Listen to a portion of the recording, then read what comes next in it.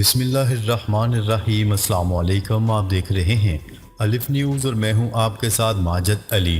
شامل کرتے ہیں آج کی ون لائن ہیڈ لائنز۔ حزب اللہ کی ایک بار پھر مقبوضہ فلسطین پر ڈرونز اور راکٹوں کی بارش۔ عالمی خبرساں ادارے کی رپورٹ کے مطابق اسلامی مزاحمتی تحریک کے ڈرونز کا ایک دستہ لبنان سے شمالی مقبوضہ فلسطین کے مغربی الجلیل میں داخل ہو گیا، جس کی وجہ سے صہیونی بستیوں میں خطرے کے سائرن بجنے لگے۔ اس رپورٹ کے مطابق الجلیل میں 15 سے زائد مقامات پر خطرے کے سائرن بجے اور مقبوضہ فلسطین کے شمال میں واقع مورون ایئر بیس کو بھی ڈرون حملے کا نشانہ بنایا گیا اور اس ایئر بیس کی فضا میں تصادم بھی نظر آیا۔ صہیونی حکومت کے ذرائع ابلاغ نے بھی ڈرون حملے کے بعد الجلیل کے قصبے کرمیل کی فضاؤں میں کئی دھماکوں کی خبر دی۔ ایک بار پھر ہدہد نے پورے اسرائیل کو ہلا کر رکھ دیا۔ حزب اللہ کے ذرائع کے مطابق حزب اللہ نے بدھ کو مقبوضہ فلسطین کے شمال میں واقع رامات دوید چھاؤنی پر ڈرون کے جاسوسی طیاروں کے ایک مشن کی فوٹیج نشر کر دی۔ اس ویڈیو کلپ میں اس صہیونی فوجی اڈے کی حساس معلومات موجود ہیں۔ اس پرواز کے دوران حزب اللہ کے ہدہد ڈرون طیارے نے صہیونی چھاؤنی میں ڈرون اور فائٹر طیاروں کے ہینگرز کی درست جگہ، command head quarter, Iron Dome systems کی لوکیشن اور جنگی طیاروں کے فیول اسٹیشن کی معلومات ریکارڈ کی ہیں۔ حزب اللہ لبنان کے ایک ذرائع نے اس بارے میں الجزیرہ کو بتایا کہ ہدہد ڈرون طیارے نے یہ ریکارڈنگ منگل کے روز کی ہے۔ اقوام متحدہ کا کہنا ہے کہ غزہ کے علاقے خان یونس سے ایک دن میں 1,50,000 فلسطینیوں کو افراتفری کے عالم میں نکلنا پڑا۔ الجزیرہ کی رپورٹ کے مطابق اسرائیلی فورسز نے 1.5 لاکھ فلسطینیوں کو خان یونس ایک دن میں خالی کرنے کے پمفلٹ پھینکے اور پھر فوراً بعد ہی اسرائیل نے شیلنگ اور بمباری شروع کر دی۔ خان یونس میں ایک ہی دن میں 8 ماہ کے دوران اسرائیلی فورسز کا سب سے بدترین حملہ کیا گیا، جس میں 90 فلسطینی شہید اور 250 زخمی ہوئے ہیں۔ اقوام متحدہ کے سربراہ کے ترجمان اسٹیفن ڈوجارک نے اسرائیل کے انخلاء کے احکامات کے بعد خان یونس سے نقل مکانی کی تفصیلات بتائی ہیں۔ ڈوجارک نے منگل کو نیو یارک میں صحافیوں کو بتایا، علاقے میں آبادی کی نقل و حرکت پر نظر رکھنے والے ہیومینٹیرین اہلکاروں کے مطابق کل تقریباً 1.5 لاکھ افراد کو خان یونس کے علاقے سے بھاگنا پڑا۔ بنگلہ دیش میں مظاہروں میں کمی کے بعد ٹیلی کمیونیکیشن سروسز جزوی طور پر بحال۔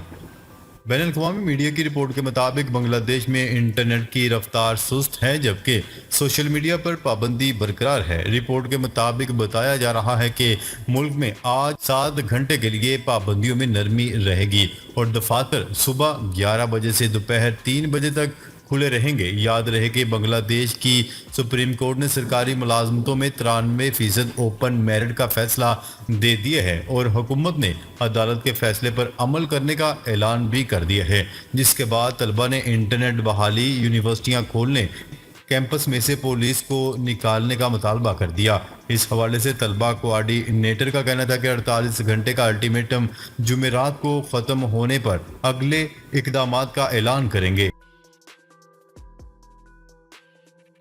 ایلون مسک کی کمپنی اسٹار لنک نے غزہ کے ہسپتال میں کام شروع کر دیا۔ ایلون مسک نے غزہ ہسپتال میں اسٹار لنک انٹرنیٹ سروس فعال ہونے کی تصدیق کر دی۔ ان کا اس حوالے سے کہنا تھا کہ متحدہ عرب امارات اور اسرائیل کی مدد سے غزہ کے فیلڈ ہسپتال کو انٹرنیٹ سروس دے رہے ہیں۔ متحدہ عرب امارات کے وزیر خارجہ نے غزہ میں متحدہ عرب امارات فیلڈ ہسپتال کو انٹرنیٹ سروس دینے پر ایلون مسک کا شکریہ ادا کیا۔ ایلون مسک نے غزہ کی صورتحال پر رواں برس کے آغاز میں غزہ میں ہیلتھ ورکرز کی مدد کے لیے اسٹار لنک سروس دینے کی پیشکش کی تھی۔ چاند پر انسانوں کو پہنچانے کے لیے چین کی اہم ترین پیش رفت۔ چین نے لانگ مارچ 10 مون راکٹ کے اس انجن کا کامیاب تجربہ کیا ہے، جو آنے والے برسوں میں انسانوں کو چاند پر پہنچانے میں کردار ادا کرے گا۔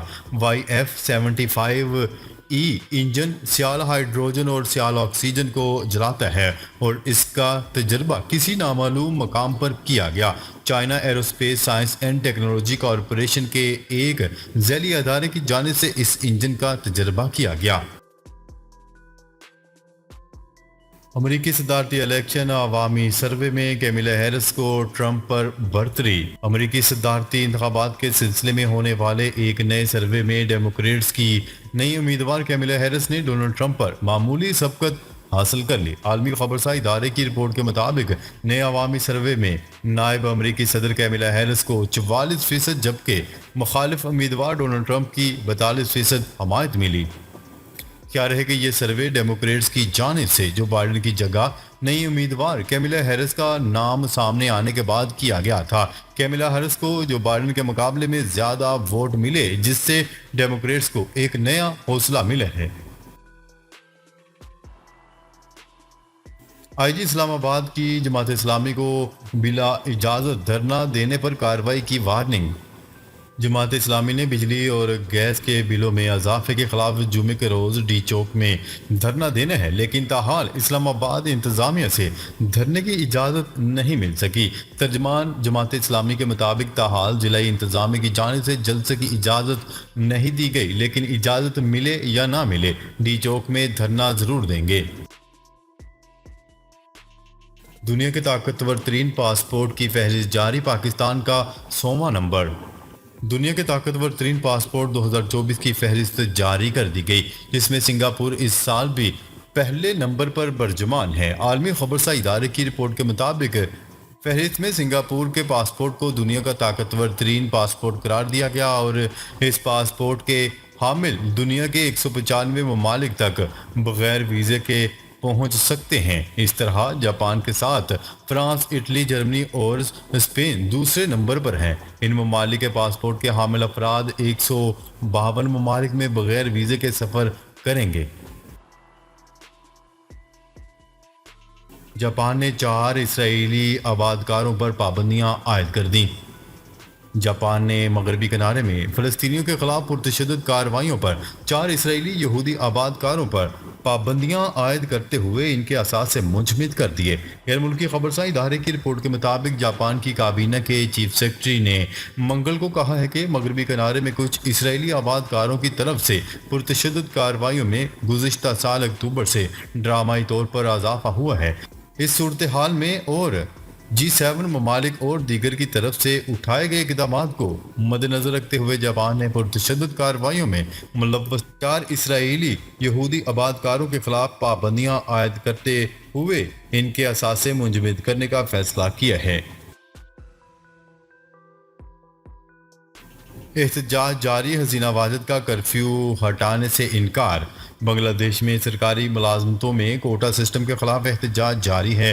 وزیراعظم شیخ حسینہ واجد نے ملک میں نافذ کرفیو فوری طور پر ہٹانے سے انکار کر دیا۔ میڈیا رپورٹ کے مطابق حسینہ واجد نے پرتشدد مظاہروں کا ذمہ دار اپوزیشن جماعت بنگلہ دیش نیشنل پارٹی اور جماعت اسلامی کو ٹھہرایا ہے۔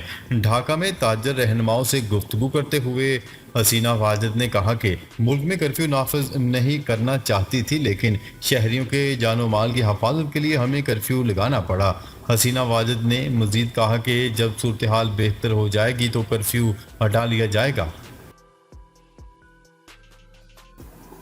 امریکہ کی نائب صدر کیملا ہیرس نے ڈیموکریٹک پارٹی کی صدارتی امیدوار نامزد ہونے کے لیے مطلوبہ حمایت حاصل کرنے کا دعویٰ کر دیا۔ غیر ملکی خبرساں ایجنسی کی رپورٹ کے مطابق ڈیموکریٹک پارٹی کی ممکنہ صدارتی امیدوار کیملا ہیرس نے دعویٰ کیا ہے کہ ڈیموکریٹک کا صدارتی امیدوار نامزد ہونے کے لیے مطلوبہ حمایت حاصل کر لی۔ انہوں نے کہا ہے کہ جب میں نے صدارتی انتخابات لڑنے کا اعلان کیا تو اسی وقت کہہ دیا تھا کہ نامزدگی جیتوں گی۔ مجھے اس بات پر بھی فخر ہے کہ اپنی ریاست کیلیفورنیا کے وفد نے انتخابی مہم کو عروج پر پہنچایا۔ سعودی عرب امریکہ سے 2 ارب 80 کروڑ ڈالر کا فوجی سامان خریدے گا۔ سرکاری خبرساں ادارے کی رپورٹ کے مطابق امریکی دفتر خارجہ نے سعودی عرب کے لیے فوجی نوعیت کی لاجسٹکس کو بہتر بنانے کے معاہدے کی منظوری دی ہے، جس کے تحت سعودی عرب امریکہ سے 2 ارب 80 کروڑ ڈالر کا فوجی ساز و سامان خریدے گا۔ اسرائیلی وزیر اعظم کے ہوٹل کے باہر یہودیوں کا فلسطینیوں کے حق میں مظاہرہ۔ نیو یارک میں اسرائیلی وزیر اعظم نیتن یاہو کے ہوٹل کے باہر غزہ میں جنگ کے خلاف اور فلسطین کے حامی یہودیوں نے مظاہرہ کیا۔ مظاہرین نے اسرائیلی جرائم کے لیے مزید رقم فراہم نہ کرنے اور فلسطین کی آزادی سمیت غزہ ریڈ لائن کے نعرے لگائے۔ عرب میڈیا کی رپورٹ کے مطابق فلسطین کے حامی مظاہرین کیپٹل ہل میں قائم کینن ہاؤس کی عمارت میں جمع ہوئے۔ مظاہرین نے مطالبہ کیا کہ ہمارے یہودیوں کے نام پر یہ سب مت کریں۔ مظاہرین نے امریکہ سے اسرائیل کو اسلحہ کی فراہمی روکنے کا بھی مطالبہ کیا۔ پاکستانی ہاکی ٹیم مسلسل تیسری مرتبہ اولمپکس کا حصہ بننے میں ناکام۔ 3 مرتبہ گولڈ میڈل جیتنے والی پاکستانی ہاکی ٹیم لگاتار تیسری مرتبہ اولمپک کا حصہ بننے میں ناکام رہی۔ پاکستان ہاکی ٹیم اب تک 20 سے زائد انٹرنیشنل ٹائٹلز اپنے نام کر چکی ہے، جن میں 1960، 1968 اور 1984 کے گولڈ میڈل بھی شامل ہیں۔ تاہم 26 جولائی سے پیرس میں شروع ہونے والے اولمپکس 2024 میں پاکستانی ٹیم نہیں ہے۔ سونے کی فی تولہ قیمت میں 2300 روپے کا اضافہ۔ بین الاقوامی بلین مارکیٹ میں فی اونس سونے کی قیمت $22 اضافے سے $2413 کی سطح پر پہنچ گئی۔ عالمی مارکیٹ میں اضافے کے سبب مقامی صرافہ مارکیٹوں میں بھی فی تولہ سونے کی قیمت 2300 روپے بڑھ کر 2,52,800 روپے ہو گئی۔ ڈالر ریال مہنگا، دیگر کرنسیاں سستی ہو گئی۔ کاروباری ہفتے کے تیسرے روز انٹر بینک مارکیٹ میں ڈالر کے مقابلے میں روپے کی بے قدری کا سلسلہ جاری ہے۔ امریکی کرنسی کی قیمت میں مزید معمولی اضافہ ریکارڈ کیا گیا۔ اسٹیٹ بینک آف پاکستان کے مطابق انٹر بینک میں امریکی ڈالر کے مقابلے میں روپے کی قدر میں 9 پیسے کی کمی ریکارڈ کی گئی، جس کے بعد ڈالر 278.50 روپے کا ہو گیا۔ گزشتہ روز کاروبار کے اختتام پر انٹر بینک امریکی کرنسی 278.41 روپے پر بند ہوئی تھی۔ ناظرین، اب تک کے لیے اتنا ہی۔ مزید خبریں لے کر بہت جلد آپ کی خدمت میں حاضر ہوں گے۔ تب تک کے لیے اپنا خیال رکھیے گا۔ اللہ نگہبان۔